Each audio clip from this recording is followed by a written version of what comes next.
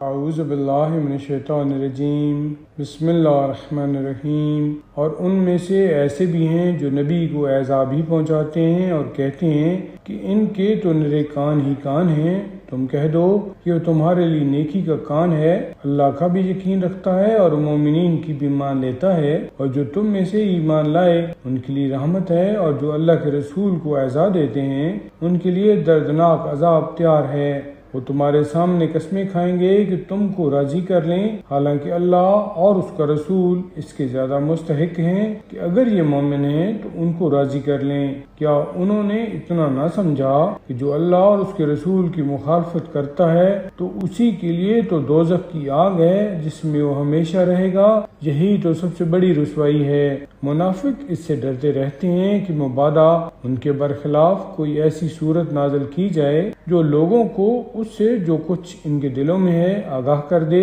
تم کہہ دو کہ تم ہنسی اڑاتے ہو، جس چیز سے تم ڈرتے ہو اللہ ضرور اس کو ظاہر کر کے رہے گا، اور اگر تم ان سے دریافت کرو گے تو یہ ضرور کہہ دیں گے کہ ہم تو صرف بات چیت اور ہنسی مذاق کر رہے تھے۔ تم یہ کہہ دو کہ کیا تم اللہ کا اور اس کی آیتوں کا اور اس کے رسول کا مذاق کر رہے تھے؟ ہیلے حوالے نہ کرو، تم ایمان لانے کے بعد یقیناً کافر ہو گئے۔ اگر ہم تم میں سے ایک گروہ کو معاف بھی کر دیں گے تو ایک گروہ کو سزا بھی ضرور دیں گے، اس لیے کہ وہ مجرم ہیں۔ منافق مرد اور منافق عورتیں ایک دوسرے کے ہم جنس ہیں، برائی کا حکم دیتے رہتے ہیں اور نیکی سے برابر باز رکھتے ہیں، اور اپنے ہاتھ بند رکھتے ہیں۔ وہ اللہ کو بھول گئے ہیں تو اللہ نے بھی ان کو گویا بھلا دیا ہے۔ بے شک منافق لوگ ہی تو نافرمان ہیں۔ اللہ نے منافق مردوں اور منافق عورتوں اور کافروں سے آتش جہنم کا وعدہ کر لیا ہے، وہ ہمیشہ ہمیشہ اس میں رہیں گے،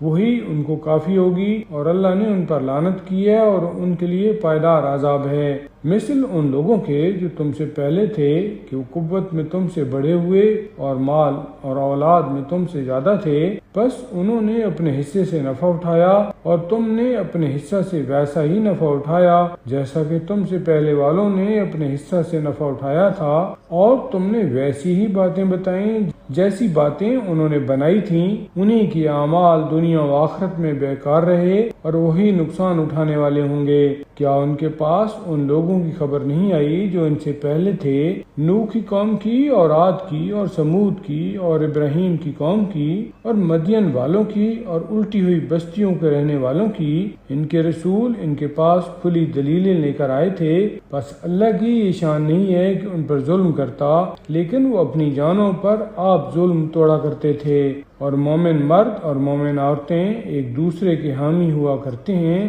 وہ نیکی کا حکم دیتے ہیں اور بدی سے برابر منع کرتے ہیں، اور نماز پڑھتے ہیں اور زکوٰۃ دیتے ہیں، اور اللہ اور اس کے رسول کی اطاعت کرتے ہیں۔ یہی لوگ ہیں کہ عنقریب اللہ ان پر رحمت کرے گا، بے شک اللہ زبردست اور حکمت والا ہے۔ اللہ نے مومن مرد اور مومن عورتوں سے ایسی جنتوں کا وعدہ کیا ہے جن کے نیچے ندیاں بہتی ہوں گی، اور ان میں ہمیشہ ہمیشہ رہنے والے ہوں گے، اور دائمی بہشتوں میں اچھے اچھے مکانوں کا بھی وعدہ کیا ہے، اور اللہ کی خوشنودی سب سے بڑھ کر ہے، یہی تو بڑی کامیابی ہے۔ اے نبی، کفار اور منافقین سے جہاد کرو اور ان پر سختی کرو، اور ان کا ٹھکانہ جہنم ہے اور وہ بہت ہی بری جگہ ہے۔ وہ خدا کی قسم کھا کر کہتے ہیں کہ انہوں نے ایسا نہیں کیا، حالانکہ انہوں نے کفر کا کلمہ ضرور کہا، اور وہ اپنے اسلام کے بعد کافر ہو گئے اور اسی بات کا قصد کیا جسے کر نہ سکے، اور وہ اسی وجہ سے تو بگڑے کہ اللہ اور اس کے رسول نے اپنے فضل سے ان کو غنی کر دیا۔